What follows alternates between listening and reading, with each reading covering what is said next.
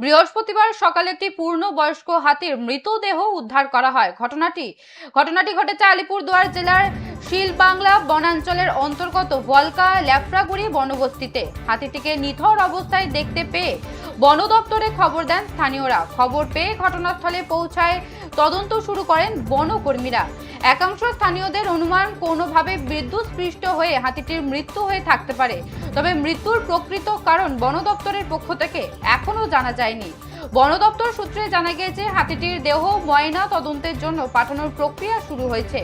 পাশাপাশি ঘটনাস্থলের সমস্ত দিক খতিয়ে দেখা হচ্ছে। ময়না তদন্তের রিপোর্ট এবং তদন্তের ভিত্তিতেই হাতিটির মৃত্যুর প্রকৃত কারণ জানা যাবে।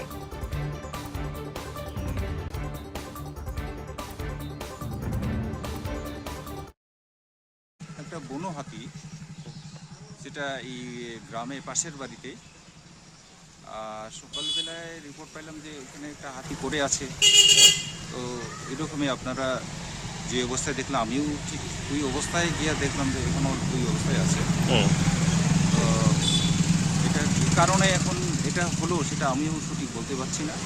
সেটা আপনার প্রশাসন আছে। কিভাবে মারা গেল কিছু বুঝতে পারলেন? না, আমিও ওই পর্যন্ত বুঝতে পারছি না যে এটা কিভাবে কি হলো। সেটা হয়তো তদন্ত তারটা অ্যাকচুয়ালি ওটা হাতি সেফটিকের জন্য অনেকে এই শুধু তারটাই এরকম করে ঘেরাও করে রাখে। ওইটা করলে নাকি হাতি ভয় পেত, এই একটা মানুষের ধারণা ছিল। আমরাও এইটাই মনে করতাম, কিন্তু আদৌ সেটা কি আছে নাই সেটা আমিও সঠিক বলতে পারছি।